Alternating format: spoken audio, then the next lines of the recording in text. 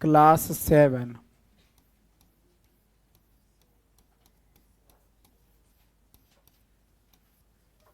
NCERT book से, है ना।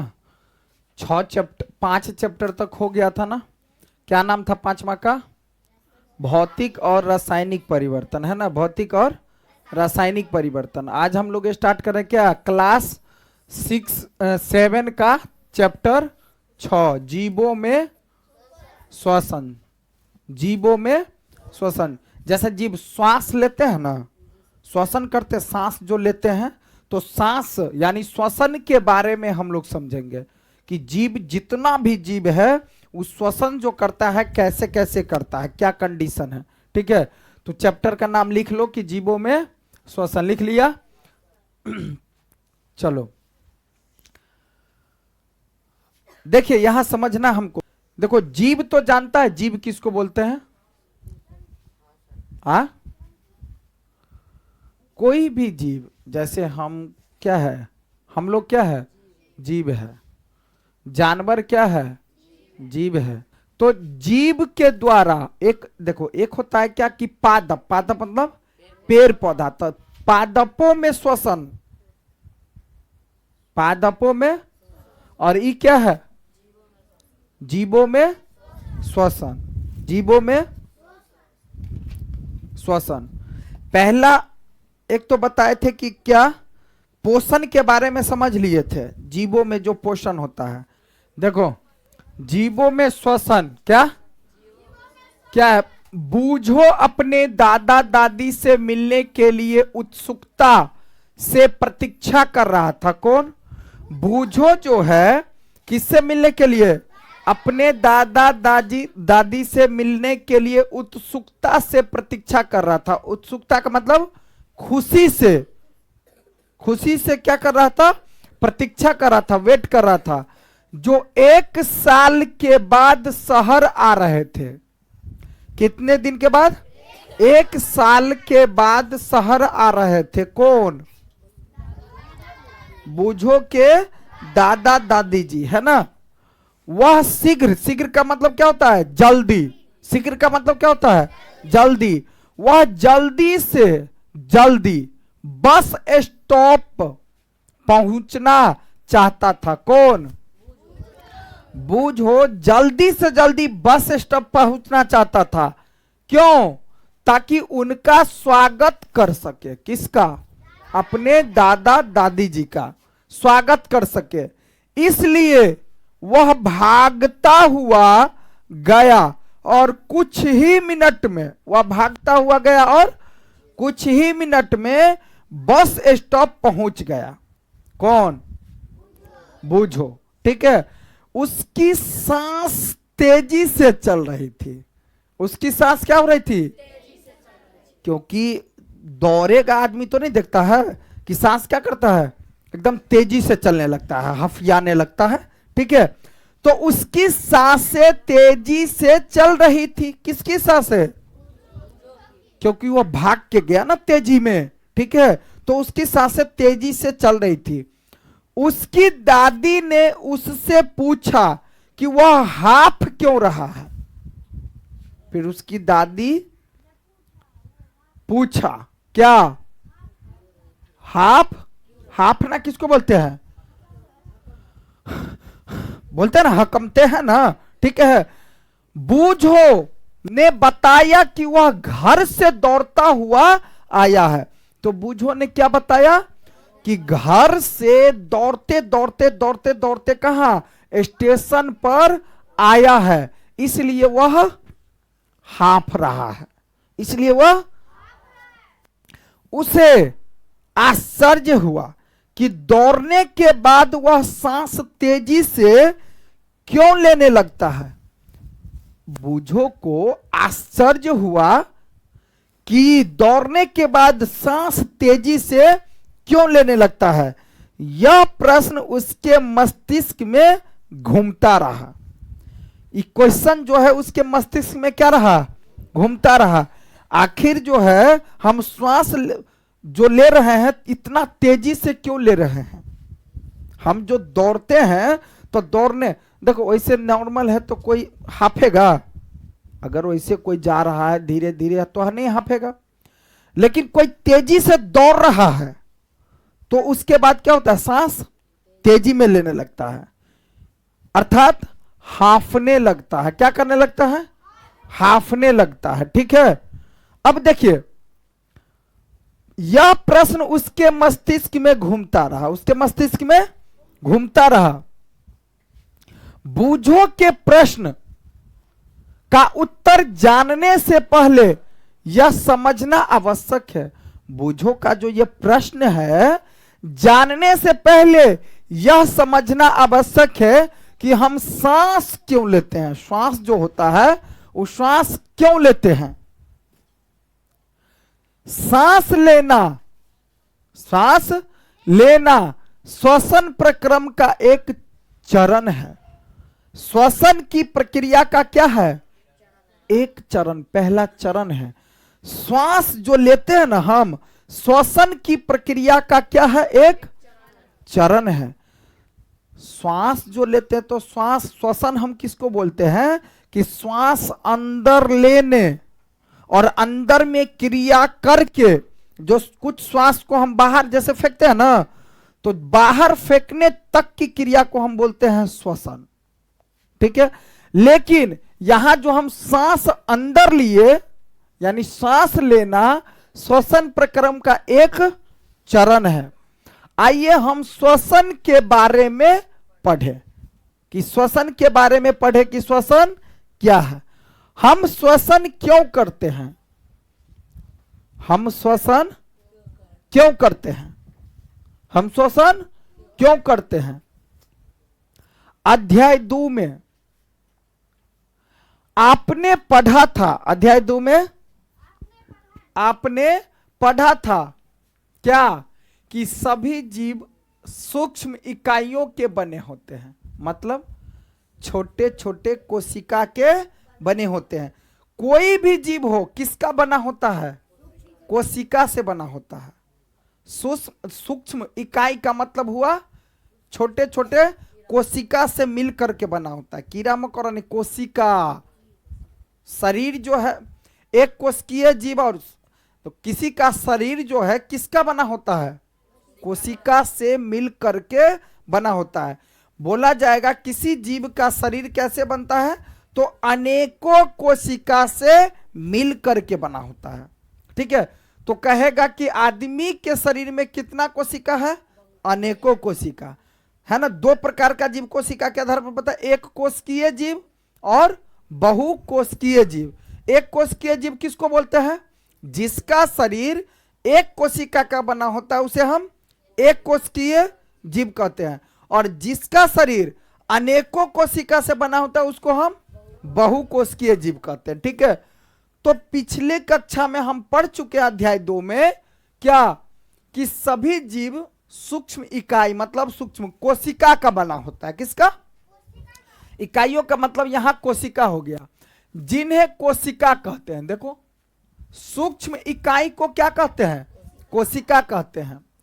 चलो अब कोशिका जीव की सबसे छोटी संरचनात्मक और क्रियात्मक इकाई होती है। कोशिका जो होती है किसी भी जीव के सबसे छोटी संरचनात्मक एवं क्रियात्मक इकाई होती है। बात समझ में आ रहा है, यानी कोशिका जो है जीव की सबसे छोटी संरचना है। कोशिका क्या है, सबसे छोटी संरचना है। ठीक है, कोशिका। ठीक है, तो पूछा जाएगा कोशिका यानी जीव की सबसे छोटी संरचना और क्रियात्मक इकाई क्या है, कोशिका। जीव की प्रत्येक कोशिका पोषण, परिवहन और उत्सर्जन, पोषण, परिवहन, उत्सर्जन और जनन जैसे कुछ कार्य को संपादित करने में कुछ न कुछ भूमिका निभाती है। अब देखो ध्यान देना थोड़ा सा, हमारा शरीर जो बना हुआ है किसका बना हुआ है, कोशिका से बना हुआ है। जैसे बोलते हैं ना कि हर एक चीज, जैसे जनरली बोला जाता है कि सभी जीव का शरीर जो है आदमी किसका बना होता है, एक प्रकार के मिट्टी का, बोलते हैं ना हम, मिट्टी में मिल जाता है, ठीक है, मिट्टी का बना होता है। लेकिन कहने का मतलब है मिट्टी की क्या है, कोशिका का बना है। हम ऐसे कह सकते हैं किताबी भाषा में कि हमारा शरीर जो बना हुआ है किसका बना हुआ है, कोशिका से बना हुआ है। किससे बना हुआ है, कोशिका का बना हुआ है, ठीक है। जीव की प्रत्येक कोशिका पोषण, और वो कोशिका जो है, कोशिका का ही आखिर क्यों बना हुआ है, क्योंकि कोशिका पोषण, परिवहन, उत्सर्जन और जनन में, जनन के काम में, चाहे पोषण का काम हो, परिवहन का काम हो, उत्सर्जन का काम हो, जनन का काम हो, जैसे अनेकों कार्य को क्या करता है, संपादन करने में मदद करता है। तो कहने का मतलब जीवों की प्रत्येक कोशिका पोषण, परिवहन, उत्सर्जन और जनन में जैसे कुछ कार्यों को संपादित करने में क्या करता है, मदद करता है, यानी मुख्य भूमिका निभाता है। कि जैसे किसी भी जीव में जो पोषण करते, पोषण पीछे चैप्टर पढ़े थे हम लोग, प्राणियों में पोषण दूसरा चैप्टर, तो पोषण का काम जो पोषा करके जो हम कुछ भी खाते पीते हैं, पोषण है ना, उसमें परिवहन, परिवहन जो शरीर एक जगह से दूसरे जगह ले जाया जाता है, ठीक है। परिवहन में उत्सर्जन, जो कुछ भी हम लोग खाते पीते हैं फिर कुछ जो अंदर में पच गया, ठीक है, नहीं तो कुछ बाहर भी निकालते हैं ना, तो उसमें क्या करता है, मदद करता है। जनन, कोई भी जीव हो, आदमी हो या जानवर हो या कोई भी जीव हो, उस सब जो है बच्चा पैदा करता है, बच्चा जन्म देता है। तो बच्चा जन्म देने में भी कोशिका क्या करती है, मदद करती है। बच्चा जन्म करने में भी क्या होती है, कोशिका। उत्सर्जन, किसी भी गलत पदार्थ को क्या करता है, बाहर निकालने में मदद करता है। परिवहन करने में मदद करता है और पोषण करने में मदद करता है, ठीक है। इस काम को करने के लिए कोशिका को ऊर्जा की आवश्यकता होती है। अब देखो, कोशिका क्या सब काम करता है, पोषण का काम करता है अंदर, परिवहन का काम करता है, उत्सर्जन का काम करता है और जनन का काम करता है। लेकिन यह जो काम करेगा कब, जब उसको ऊर्जा मिलेगा। किसको, कोशिका को। कोशिका को अगर ऊर्जा मिलता है, ठीक है, तो देखो भूमिका निभाती है। इस कार्य को करने के लिए कोशिका को ऊर्जा की आवश्यकता होती है। मतलब कोशिका को जब तक ऊर्जा नहीं मिलेगा तब तक पोषण की क्रिया, परिवहन की क्रिया, उत्सर्जन की क्रिया और जनन की क्रिया नहीं हो पाएगा। तो पोषण का क्या मतलब, पोषण का मतलब क्या हुआ कि जो कुछ भी हम हमारे शरीर के लिए आवश्यक है वो हम खाते पीते हैं, तो वह एक प्रकार का क्या हो गया, पोषण। परिवहन का क्या मतलब हुआ कि शरीर में एक जगह से दूसरे जगह ले जाया आना। अब जैसे खून है या कोई भी चीज है तो क्या करता है, एक जगह से दूसरे जगह ले जाता है। जैसे खाना है, हम खाना खाते, मुंह में खाते तो मुंह में रहता है, खाने पेट में जाता है, हर जगह फैलता है, ठीक है। उत्सर्जन, पसीना बाहर निकलता है, मूत्र बाहर निकलता है ना, कोई गंदा चीज निकालते हैं बाहर, ठीक है। जनन क्या है, पागल, जनन क्या है, जनन के द्वारा इंसान क्या करता है, बच्चे को जन्म देता है, बच्चे को जन्म देता है, ठीक है। तो ये सारी क्रिया क्या कौन करती है, कोशिका। और कोशिका कब करेगी, जब उसको ऊर्जा मिलेगा, जब उसको ऊर्जा मिलेगा, ठीक है। यहां तक कि हमें खाना खाते, सोते, पढ़ते समय भी ऊर्जा की आवश्यकता होती है। देखो हम खाना खाते हैं ना, हमारे अंदर हम जो खाना खाते हैं, तो खाना खाते या सोते या पढ़ते समय भी ऊर्जा की आवश्यकता होती है। क्योंकि हम जो खाना खाएंगे तो हमारे अंदर ऊर्जा होना चाहिए। क्योंकि मान लो कि जैसे कोई बीमार आदमी रहता है, अब उसको ताकत नहीं रहेगा खाने का, तो खा पाएगा, नहीं खा पाएगा। तो खाने में भी ऊर्जा की आवश्यकता होती है। पढ़ने के लिए भी हमें क्या चाहिए, ऊर्जा चाहिए। कोई काम करने के लिए हमें क्या चाहिए, ऊर्जा चाहिए। जैसे कोई आदमी देखना काम करते करते करते करते करते थक जाता है, अब कहता है कि अब हमरा से ये काम नहीं हो तो हमसे यह काम नहीं होगा। इसका मतलब क्या हुआ, अब उसके अंदर ऊर्जा खत्म हो गया है। फिर थोड़ी देर खाएगा पिएगा आराम करेगा तो फिर क्या होता है, ऊर्जा आ जाता है, फिर काम करना चालू कर देता है। ठीक है, तो हर चीज करने के लिए हमें क्या चाहिए, ऊर्जा। कोई भी काम को संपादित करने के लिए हमें क्या चाहिए, ऊर्जा चाहिए। ठीक है, लेकिन यह ऊर्जा आती कहां से है, आखिर ऊर्जा पर ही टिका हुआ है ना सारी चीजें। यह ऊर्जा कहां से आती है, क्या आप बता सकते हैं कि आपके माता पिता आपसे नियमित रूप से भोजन करने के लिए आग्रह क्यों करते हैं।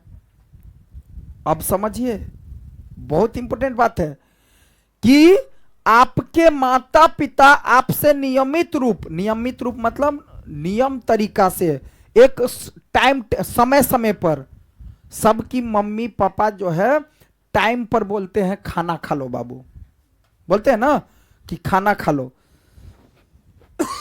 तो आपके माता पिता आपसे नियमित रूप से भोजन करने, नियमित मतलब हर एक दिन रोज टाइम पर बोलते हैं खाना खा लो, भोजन करने के लिए आग्रह क्यों करते हैं आपके मम्मी पापा। भोजन में संचित ऊर्जा श्वसन के समय निर्मुक्त होती है, मतलब भोजन में जो है ऊर्जा रहता है। भोजन में क्या रहता है, संचित ऊर्जा का मतलब हुआ ऊर्जा उसमें उपस्थित रहना। हम भोजन जो करते हैं तो भोजन में क्या रहता है, ऊर्जा। ऊर्जा श्वसन के समय निर्मुक्त होती है, श्वास लेने के समय क्या होती है, निर्मुक्त होती है। अतः सभी जीवों को भोजन से प्राप्त करने के लिए श्वसन की आवश्यकता होती है। प्राप्त करने के लिए क्या होती है, श्वसन की आवश्यकता होती है। अब हम जो भोजन करते रहेंगे और श्वास नहीं लेंगे बीच में, तो ऐसा हो सकता है। तो भोजन करते समय भी हमें क्या लेना चाहिए, प्राप्त करने के लिए श्वसन की आवश्यकता होती है। श्वसन के प्रक्रम में हम पहले श्वास द्वारा, अब देखो श्वसन का प्रक्रम समझेंगे, श्वसन किसे कहते हैं सो समझेंगे हम। तो सबसे पहले श्वसन के प्रक्रम में, श्वसन की प्रक्रिया में, श्वसन की क्रिया में पहले हम श्वास द्वारा हवा को क्या करते हैं, शरीर के अंदर ले जाते हैं।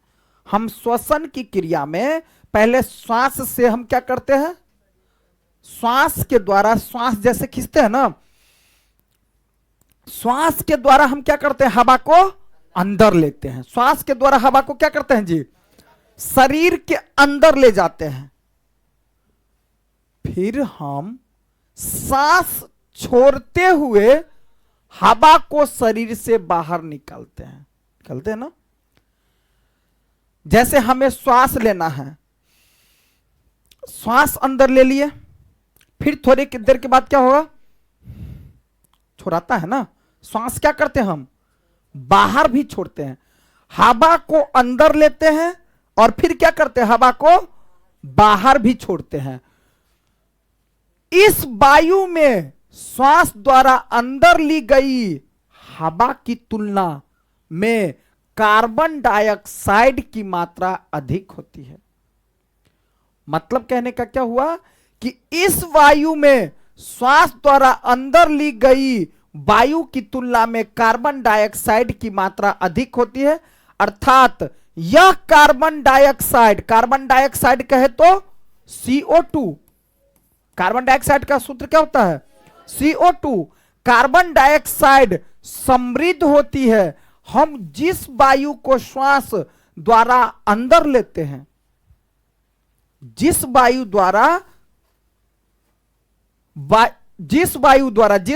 को श्वास द्वारा अंदर लेते हैं, उसमें उपस्थित ऑक्सीजन शरीर के सभी भागों और अंततः प्रत्येक कोशिका में ले जाती है। अब समझो बात को। श्वसन की क्रिया क्या करते हैं, हम जो श्वास लेने के लिए पहला चरण समझो, हम जो श्वास अंदर लेते हैं, हवा अंदर लेते हैं ना जी, श्वास जो लिए तो इसका मतलब क्या लिए, हवा को अंदर ले लिए। अब वह हवा जो अंदर लिए तो उसमें क्या गया, ऑक्सीजन तो गया। अब हम श्वास को थोड़ी देर के बाद तुरंत मतलब बाहर फेंकते हैं। जब अंदर लिए थे हवा को तो उसमें क्या गया था अंदर, ऑक्सीजन। जब हम श्वास को बाहर फेंकते हैं हवा को, तो फिर क्या होता है, उसमें कार्बन डाइऑक्साइड क्या होता है, अधिक होती है। जब हम बाहर फेंकते हैं तो उसमें कार्बन डाइऑक्साइड क्या होती है, अधिक होती है। अभी कार्बन डाइऑक्साइड बना कैसे, अब उसके बारे में समझेंगे। तो जब हम श्वास अंदर लेते हैं तो उसमें ऑक्सीजन उपस्थित होता है, ऑक्सीजन शरीर के अंदर जाता है, ऑक्सीजन उपस्थित होता है और ऑक्सीजन क्या शरीर के अंदर उपस्थित जाता है और सभी भागों में जाता है। ऑक्सीजन जो है बॉडी में, पूरा हाथ में, बॉडी में, शरीर में, पूरा हर जगह क्या करता है, जाता है। क्या, ऑक्सीजन, ऑक्सीजन क्या करता है, हर जगह जाता है। ऑक्सीजन क्या करता है, शरीर में जब अंदर जाता है तो ऑक्सीजन शरीर में क्या होता है, फैल जाता है। क्या होता है, फैल जाता है। अब कोशिका में यह ऑक्सीजन, कोशिका मतलब शरीर किसका बना है, कोशिका का। अब ऑक्सीजन क्या करता है, कोशिका में यह ऑक्सीजन भोजन के विखंडन में सहायता करती है। वह ऑक्सीजन जो गया अंदर तो भोजन को विखंडित करने में क्या करता है, सहायता करता है। क्या, ऑक्सीजन। ऑक्सीजन, भोजन जो हम कुछ भी करते हैं तो उसको क्रिया करने में, क्या करने में, क्रिया करने में क्या करता है, मदद करता है। क्या, ऑक्सीजन। कोशिका में भोजन के विखंडन के प्रक्रम में ऊर्जा मुक्त होती है। अब जैसे ही कोशिका में भोजन के विखंडन होता है, किसके द्वारा, ऑक्सीजन की मदद से। ऑक्सीजन की मदद से ही कोशिका यानी शरीर जो है, शरीर में कोशिका है और हर जगह जो भोजन का क्या होता है, विखंडन होता है। क्या होता है, विखंडन होता है। तो विखंडन के प्रक्रम में ऊर्जा क्या करती है, मुक्त करती है, ऊर्जा देती है। क्या देती है, ऊर्जा। इस कोशिकीय श्वसन, जिसे हम इसे कोशिकीय श्वसन कहते हैं, इस प्रक्रिया को, सारे चीज को, इस प्रक्रिया को हम क्या बोलते हैं, तो कोशिकीय श्वसन कहते हैं। सभी जीवों की कोशिका में कोशिकीय श्वसन होता है। सभी जीवों की, जैसे कोई भी जीव हो, आदमी हो, जानवर हो, कुत्ता हो, बैल हो, बकरी हो, जो कुछ भी, जो भी जीव है, सभी जीव के शरीर जो कोशिका का बना होता है, वह कोशिकाओं में कोशिकीय श्वसन, हर एक कोशिका में कोशिकीय श्वसन होता है। क्या होता है, कोशिकीय श्वसन होता है। कोशिका के अंदर, क्या, कोशिका के अंदर भोजन यानी ग्लूकोज, ऑक्सीजन का उपयोग करके कार्बन डाइऑक्साइड और जल में विखंडित हो जाता है। किसमें, अब जो हम ऑक्सीजन अंदर लिए, भोजन का विखंडन किया, अब जैसे ही भोजन का विखंडन किया तो वह फिर क्या होगा कि ऑक्सीजन, ग्लूकोज ऑक्सीजन का उपयोग करके कार्बन डाइऑक्साइड और जल में विखंडित हो जाता है। जल में क्या हो जाता है, विखंडित हो जाता है।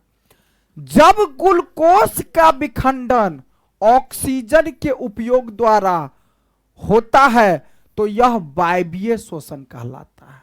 अब देखो, वायवीय श्वसन किसको बोलते हैं भाई, बोला जाएगा वायवीय श्वसन किसको बोलते हैं, तो जब ग्लूकोज का विखंडन ऑक्सीजन के उपयोग द्वारा होता है तो उसे हम वायवीय श्वसन कहते हैं। जब ग्लूकोज का विखंडन क्या होता है, ऑक्सीजन के उपयोग से, जब ग्लूकोज का विखंडन ऑक्सीजन के उपयोग यानी ऑक्सीजन का प्रयोग करने से होता है तो उसे हम क्या कहते हैं? वायवीय श्वसन कहते हैं। और ऑक्सीजन की अनुपस्थिति में, यानी ऑक्सीजन जब नहीं रहे, ऑक्सीजन की अनुपस्थिति में भोजन विखंडित हो सकता है। यह प्रक्रम क्या कहलाता है? अवायवीय श्वसन कहलाता है।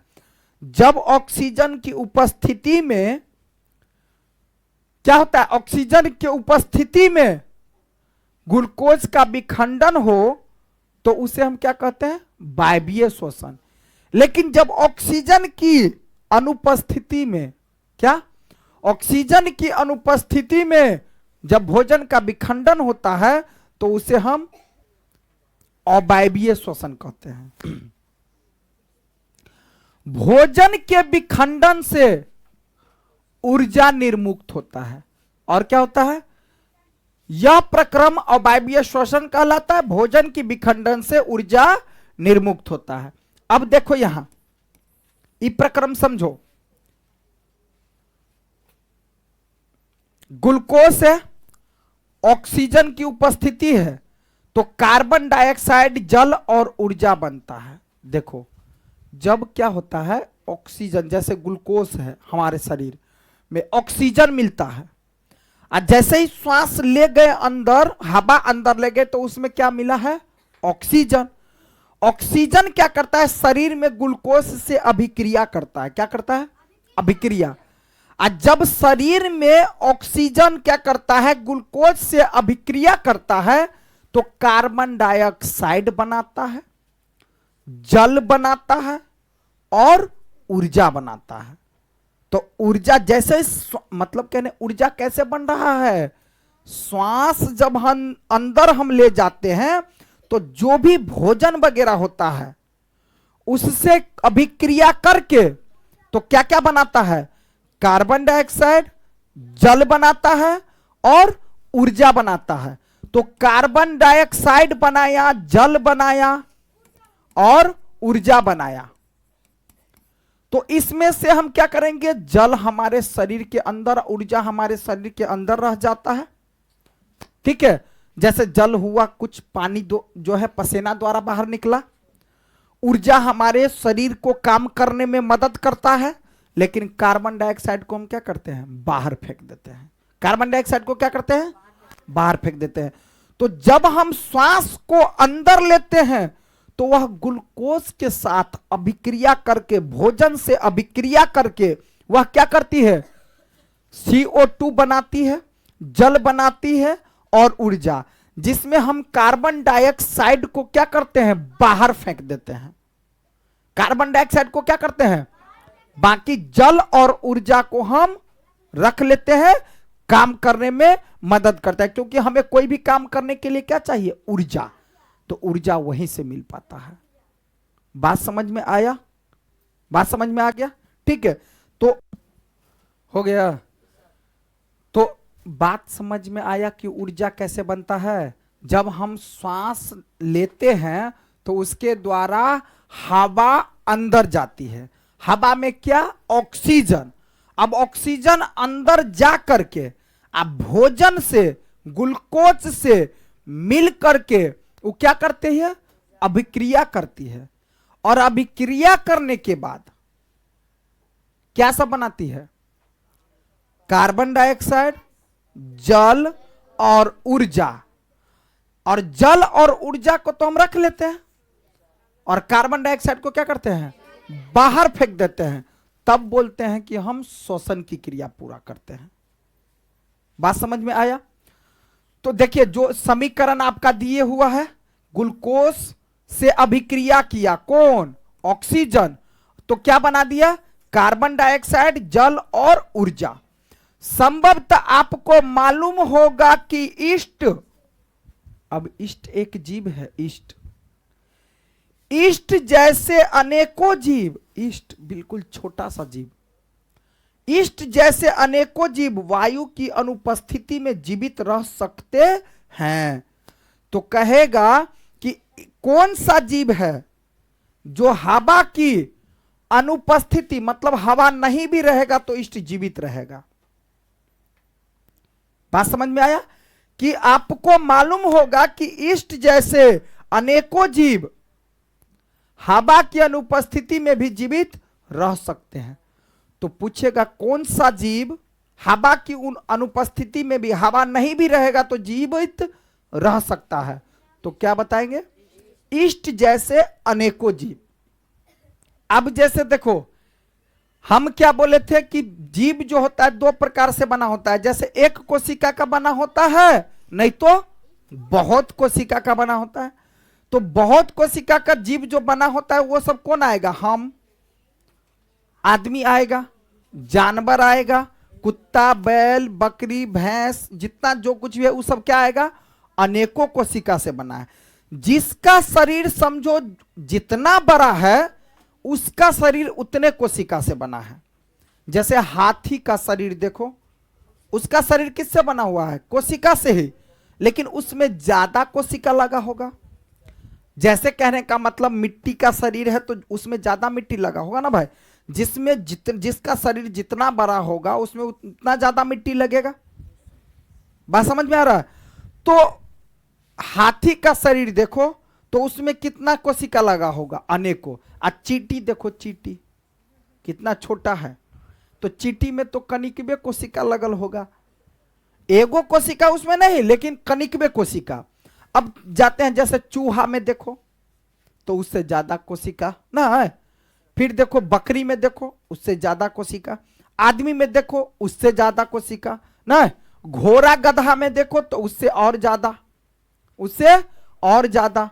बाहर हो, बाहर को, उससे और क्या ज्यादा ना। अगर हम चले जाएंगे कहां? हाथी पर, तो हाथी का शरीर जो है और बड़ा है तो उसमें और ज्यादा कोशिका। तो जैसे जैसे जीवों का शरीर बढ़ता जाता है उसमें ज्यादा कोशिका लगता जाता है। जिसका शरीर जैसे जैसे ज्यादा होता जाएगा वो क्या होगा? उसमें कोशिका उतना ही अधिक होगा। बात समझ में आया? बात समझ में आ गया? ठीक है। तो कहेगा एक कोशिका। अब देखो यहां जैसे कहेगा बहुत कोशिका वाला जीव कौन सब है, तो तुम क्या बताएगा? हाथी, घोड़ा, आदमी, गधा, बकरी, चींटी, चूहा, मच्छर, ये सब क्या है? अनेकों कोशिका से बना होगा।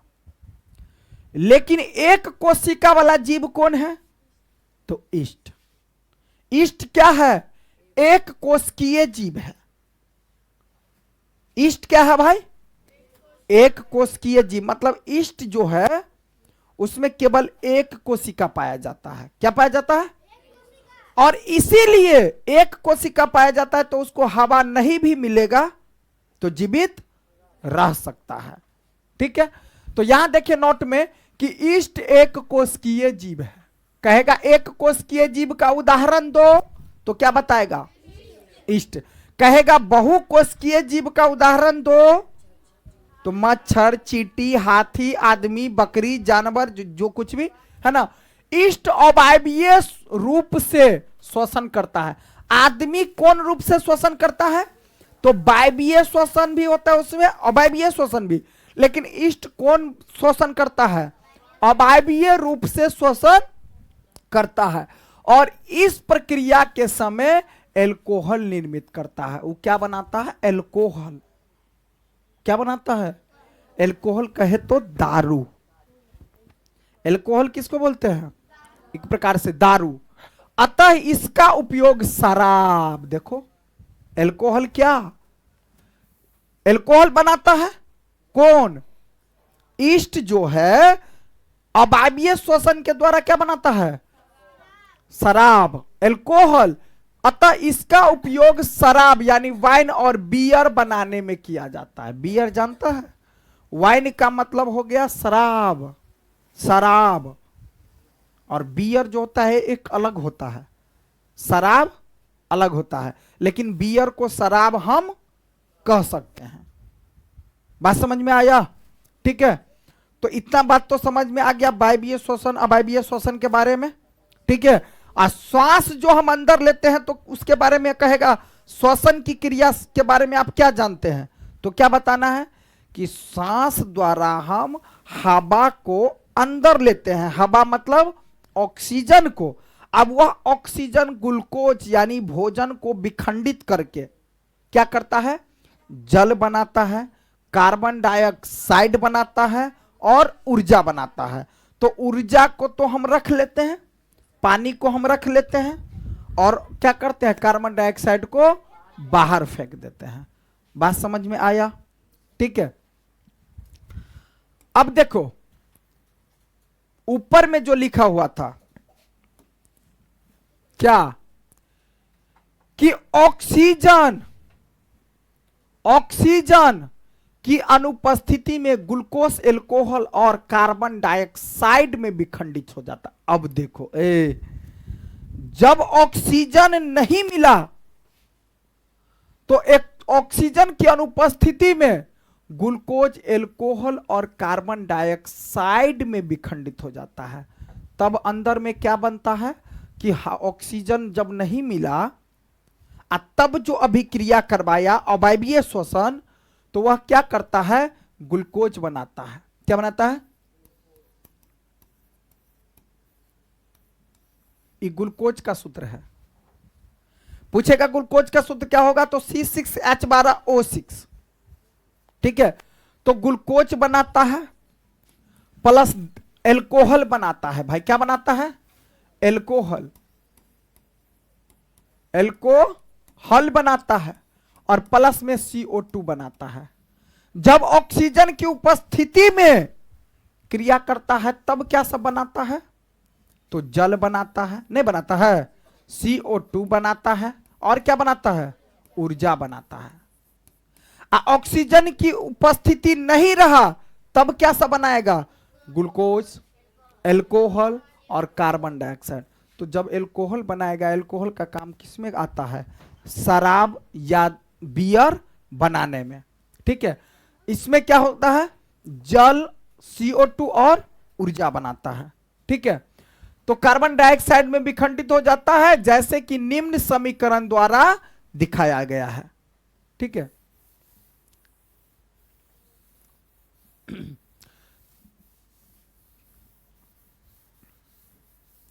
अब देखो ग्लूकोज से अभिक्रिया अगर ऑक्सीजन की उपस्थिति में करता है, एल्कोहल, कार्बन डाइऑक्साइड और क्या बना देता है, तब फिर ऊर्जा बना देता है।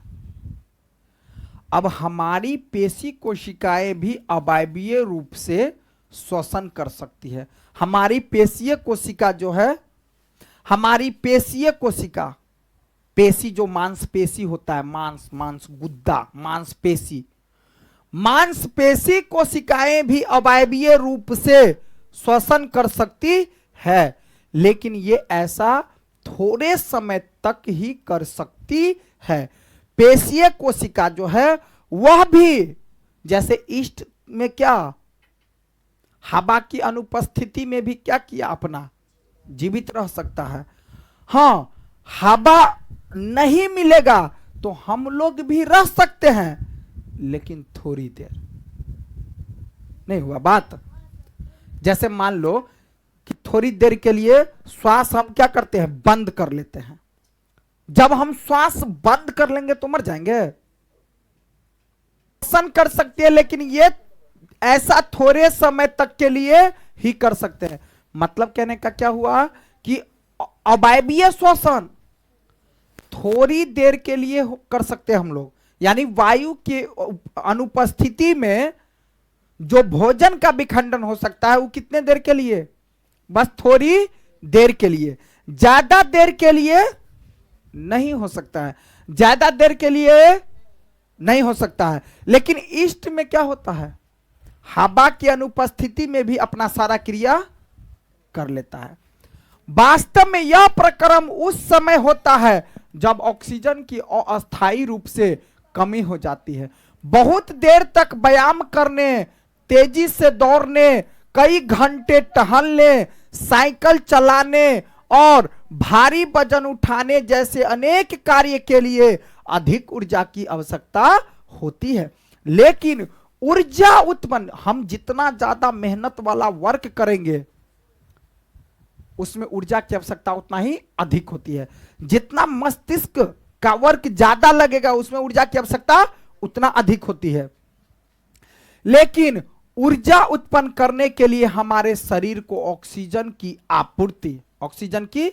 आपूर्ति, देखो ये लड़का दौड़ रहा है, ठीक है, ऑक्सीजन की आपूर्ति यानी व्यायाम करते समय हमारे शरीर की कुछ पेशियां अवायवीय रूप से श्वसन कर सकती है। शरीर में मांस को, गुद्दा को क्या बोलते हैं? पेशियां, ठीक है। दौड़ते समय, कोई काम करते समय हमारी मांसपेशियां थोड़ी देर के लिए अवायवीय श्वसन कर सकती है, अवायवीय श्वसन कर सकती है, ठीक है। अब देखिए क्या कहा कि करने के लिए हमारे शरीर को ऑक्सीजन की आपूर्ति सीमित होती है। ऑक्सीजन की आपूर्ति क्या होती है? ऐसी स्थिति में पेशी कोशिकाएं अवायवीय श्वसन के द्वारा ऊर्जा की अतिरिक्त मांग करती है, ऊर्जा को अधिक मांगता है। जैसे हम क्या बोले कि हाथ को अगर हम ऐसे ऐसे ऐसे ऐसे जितना स्पीड करेंगे उतना क्या होगा? थक जाएगा, दर्द करने लगेगा। क्यों दर्द करने लगेगा? क्योंकि ऑक्सीजन की क्या हो गया? इसमें कमी, ऑक्सीजन की क्या हो गया? कमी, और अंदर में लैक्टिक अम्ल बन गया, तो दर्द होने लगता है। क्यों? क्योंकि इस हाथ से काम करवा रहे हैं बहुत ज्यादा, तो ऊर्जा भी ज्यादा देना होगा। हम ऊर्जा दे नहीं रहे हैं, इस हाथ से हम क्या करवा रहे हैं? काम, तो ऊर्जा समाप्त, तो फिर दर्द होना शुरू। बात समझ में आया? अब लोहे लोहे ऐसे ऐसे कहेगा तो सारा दिन भी कर लेगा आदमी? नहीं कर लेगा। करते रहे, खाते रहे, पीते रहे, तो बहुत देर तक। अब स्पीड में हम कर रहे हैं, जल्दी जल्दी कर रहे हैं, तो इससे काम क्या करवा रहे हैं? ज्यादा स्पीड में, तो क्या होगा? दर्द होने लगेगा। बात समझ में आया? यानी कि हमारे शरीर के लिए क्या हो गया? नुकसानदेह। इसलिए कहा जाता है कि मध्यम हिसाब से ही मेहनत करो, लेकिन इतना मेहनत मत करो कि हमारे शरीर को नुकसान आ जाए। हालांकि मेहनत जितना करेगा अच्छी बात है। अब जैसे इसे हम करते रहेंगे, अंततः क्या होगा? दर्द होगा, और जब दर्द होगा फिर भी इससे हम काम करवाते रहेंगे, तो कहीं ना कहीं तो नुकसान पहुंच जाएगा। बात समझ में आया? ठीक है, तो वही अब सीमित होती है। ऐसी स्थिति में पेशी कोशिका अवायवीय श्वसन द्वारा ऊर्जा की अतिरिक्त मांग करती है, मतलब अधिक ऊर्जा मांगती है। अब ग्लूकोज पेशी उत्तक में होता है। ग्लूकोज कहां होता है? पेशी उत्तक में, शरीर में, बॉडी में, ठीक है। ऑक्सीजन की उपस्थिति में लैक्टिक अम्ल तथा ऊर्जा, आप बताए थे ऑक्सीजन की उपस्थिति में अब क्या बन जाता है? यहां लैक्टिक अम्ल प्लस ऊर्जा। क्या आपने कभी सोचा है कि अधिक व्यायाम मतलब एक्सरसाइज करने के बाद आदमी पेशी में ऐंठन क्यों होने लगता है? होता है ऐंठन जैसा। अगर तुम लगातार कोई मेहनत करेगा, दौड़ता रहेगा, व्यायाम करता रहेगा, हाथ को ऐसे ऐसे करता रहेगा, तो हाथ में ऐंठन आ जाएगा। जब ये ऐंठन आएगा दर्द होने लगेगा। आपकी पेशी में ऐंठन क्यों होने लगता है? ऐंठन तब होता है जब पेशियां अवायवीय रूप से श्वसन करती है। अब इसको देखो, ऐसा क्यों होता है? पेशी है ही, अभी इसको ऑक्सीजन नहीं मिल रहा, ज्यादा काम ज्यादा करवा रहे हैं, तो अवायवीय श्वसन हो रहा है। क्या हो रहा है? अवायवीय श्वसन। अवायवीय श्वसन का मतलब क्या हुआ? ऑक्सीजन की अनुपस्थिति में, ऑक्सीजन की जितना इसको ऑक्सीजन मिलना चाहिए उतना नहीं मिल पा रहा है, तो ऐंठन तब होता है जब पेशी में अवायवीय रूप से श्वसन करती है। मतलब अवायवीय रूप से श्वसन का मतलब क्या हुआ? ऑक्सीजन नहीं मिल पाता है। इस प्रक्रम में ग्लूकोज के आंशिक विखंडन से लैक्टिक अम्ल और कार्बन डाइऑक्साइड बन जाता है। क्योंकि ऑक्सीजन क्या कहता है? ग्लूकोज के आंशिक विखंडन यानी थोड़ा बहुत आंशिक रूप से, तब विखंडन जो होता है ग्लूकोज का पूरा विखंडन नहीं हो पाता है। बहुत आंशिक का मतलब क्या होता है? कम। आंशिक रूप से विखंडन से लैक्टिक अम्ल और कार्बन डाइऑक्साइड बन जाता है। लैक्टिक अम्ल का संचयन पेशियों में ऐंठन उत्पन्न कर देता है। बताएं, अब लैक्टिक अम्ल बनने के कारण क्या होता है, ऐंठन उत्पन्न किया और ऐंठन के कारण दर्द होने लगा। बात समझ में आया? जब हम कोई काम करते हैं तो इसको लगातार काम करते हैं, ऑक्सीजन उसको दे नहीं पा रहे हैं, और जब ऑक्सीजन नहीं दे पा रहे हैं तो अंदर में क्या करेगा, ऐंठन उत्पन्न करेगा, और जब ऐंठन उत्पन्न करेगा तो शरीर में क्या होगा, दर्द होने लगेगा। ठीक है, अब गर्म पानी से स्नान करने और शरीर की मालिश करवाने पर हमें ऐंठन से आराम मिलता है। ऐंठन से क्या होता है, आराम मिलता है। अगर हमारे शरीर में ऐंठन हो गया है, अगर ऐंठन हो गया है तो गर्म पानी से हम क्या करेंगे, स्नान कर लेंगे और शरीर की मालिश करवा लेंगे तो हमें ऐंठन से क्या होता है, आराम होता है। अब जैसे नहीं होता है कि देह हाथ दर्द कर रहा है, बॉडी बहुत दर्द कर रहा है, आ सब की अपना मम्मी जो है क्या करती है, मालिश कर देती है ना, तो क्या होता है, शरीर फिर सही हो जाता है। ठीक है, क्या आप अनुमान लगा सकते हैं ऐसा क्यों होता है? मतलब जब आपके शरीर में ऐंठन हो जाता है तो गर्म पानी अगर हम गर्म पानी से स्नान करते हैं और शरीर की मालिश करवाने पर हमें ऐंठन से आराम मिलता है, क्या आप अनुमान लगा सकते हैं ऐसा क्यों होता है? गर्म जल से स्नान अथवा शरीर की मालिश करने से रक्त की संचार बढ़ जाती है। रक्त की संचार क्या होती है, बढ़ जाती है। रक्त की संचार का मतलब खून यहां वहां जहां तहां स्पीड में भाग जाता है, चला जाता है। इसका मतलब क्या हुआ, ये जो रुक गया था तो यहां ऑक्सीजन नहीं मिल पा रहा था, ब्लड वगैरह सही से मिल नहीं पा रहा था। तो जब हम गर्म पानी या मालिश ऐसे कर लेंगे बॉडी को तो क्या होगा, ब्लड जल्दी जल्दी जहां नहीं पहुंचा था पहुंचा देगा। ठीक है, तो वही कह रहा है कि उत्पन्न कर देता है। गर्म पानी से हम स्नान करते हैं तो या मालिश करवाने दे तो ऐंठन क्या हो जाता है, आराम मिलता है। क्या आप अनुमान लगा सकते हैं ऐसा क्यों होता है? गर्म जल से स्नान अथवा शरीर की मालिश करने से रक्त संचार बढ़ जाती है। इसके बाद परिणाम स्वरूप पेशी कोशिका को ऑक्सीजन की आपूर्ति बढ़ जाती है और ऑक्सीजन उसको मिलने लगता है। ठीक है, और ऑक्सीजन की आपूर्ति बढ़ जाने से लैक्टिक अम्ल का कार्बन डाइऑक्साइड और जल में पूर्ण विखंडन हो जाता है। तब जो लैक्टिक अम्ल बन गया था, मालिश जब जैसे अभी ऐसे काम करवा लिए, ऐंठन आ गया तो लैक्टिक अम्ल बन गया, लेकिन अब जब इसको मालिश कर लेंगे ना तो लैक्टिक अम्ल जो बना हुआ था उस शरीर में क्या करेगा, पहले ब्लड को फैला देगा और लैक्टिक अम्ल बन गया था तो लैक्टिक अम्ल को ऑक्सीजन मिल जाएगा। अब लैक्टिक अम्ल को क्या करेगा, खत्म कर देगा। लैक्टिक अम्ल क्या बन जाएगा, केवल कार्बन डाइऑक्साइड बन जाएगा और जल बन जाएगा। ठीक है, तो ये प्रक्रिया है। अब हम लोग कल समझेंगे कुछ श्वसन के बारे में।